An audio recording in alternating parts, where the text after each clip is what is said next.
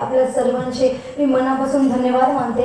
वेळोवेळी आमच्याशी संपर्क साधणारे अतिशय अगदी गोड स्वभाव असणारे आमचे कुलकर्णी बाबा, त्यांच्यासाठी एक जोरदार टाळ्या सर्वांना त्यांचे सुद्धा मनापासून धन्यवाद मानते. सर्व कार्यकर्त्यांचेही मनापासून धन्यवाद मानते. आणि महत्त्वाचं म्हणजे तुम्ही माझे एक काम सोपं केले.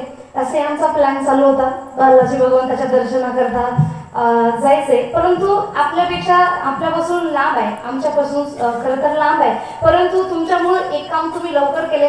रोज रोज कीर्तन असल्यामुळे आमचं पायाला जाणं होत नव्हतं, पण मी माझं नशीब भाग्य म्हणते की आज बालाजी भगवंताच्या मंदिराच्या समोर मला कीर्तनरूपी सेवा करण्याची संधी मिळालेली आहे. म्हणून सर्व कार्यकर्त्यांचे धन्यवाद, सर्वांचे मनापासून धन्यवाद मानते. मंत्री व्यवस्थापक समितीचे सुद्धा धन्यवाद मानते आणि आपल्या कीर्तनरूपी सेवेला सुरुवात करते. विठ्ठल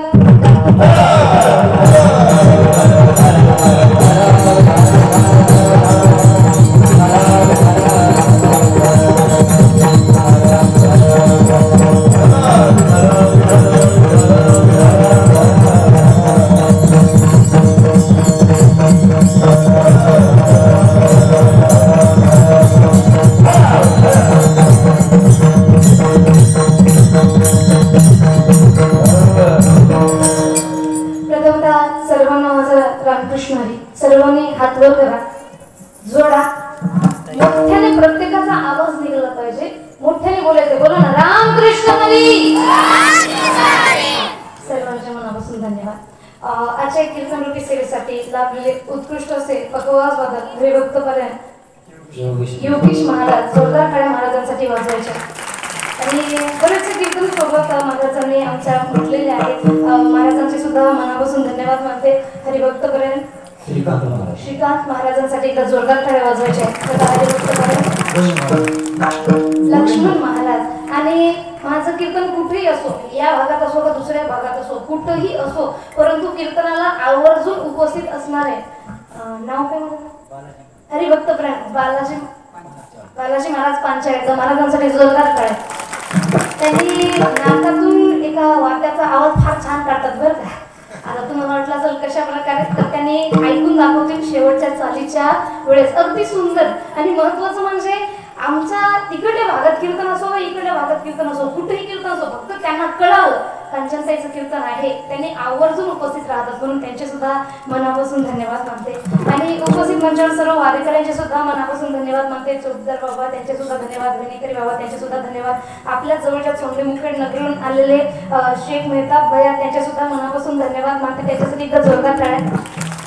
असे त्यांनी इथे म्हणू नये, परंतु धर्माने मुस्लिम आहे, परंतु आपल्या माझ्या कीर्तनाबद्दल त्यांना एवढी आवड आहे आणि कीर्तनाबद्दलच त्यांनी त्यांच्या गावामध्ये स्वतः गणेश उत्सवाला कीर्तन ठेवत असतात. एवढा आवड त्यांना आपल्या भगवंताबद्दल आहे. त्यांचे सुद्धा मनापासून धन्यवाद म्हणते. तथा प्रशांत दादा कांगणे त्यांनी सुद्धा आले, त्यांचे सुद्धा मनापासून धन्यवाद. बरेच मंडळी तर ओळखीची सुद्धा आलेली आहे. आपल्या सर्वांचे आजूबाजून जेवढे काही कीर्तन रूपी सेवा श्रवण करण्यासाठी आले सर्वांचे मनापासून धन्यवाद मानते आणि आपल्या कीर्तन रूपी सेवेला सुरुवात करते. विठ्ठल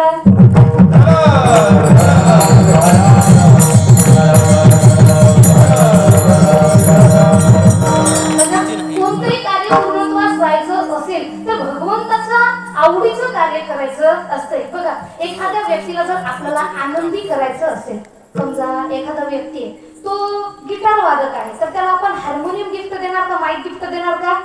अजिबात नाही. म्हणजे ज्याला जे आवडते, ज्याचं जे प्रोफेशन आहे त्या प्रोफेशननुसार आपण त्याला गिफ्ट देत असतो, तेव्हा तो आनंद होतो. मग त्या भगवंताला जर आपल्याला सुरुवातीला कीर्तनाच्या सुरुवाती जर आनंदी करायचं असेल तर भगवंताच्या आवडीचं कार्य कोणतं आहे ते आपल्याला करावं लागेल. तर भगवंताच्या आवडीचं कार्य कोणतं आहे?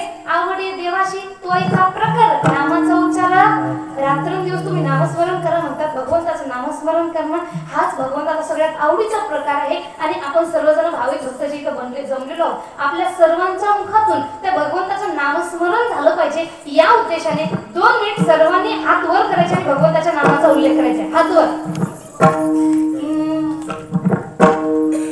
श्रीनिवास गोविंदा श्रीनिवास गोविंदा गोविंदा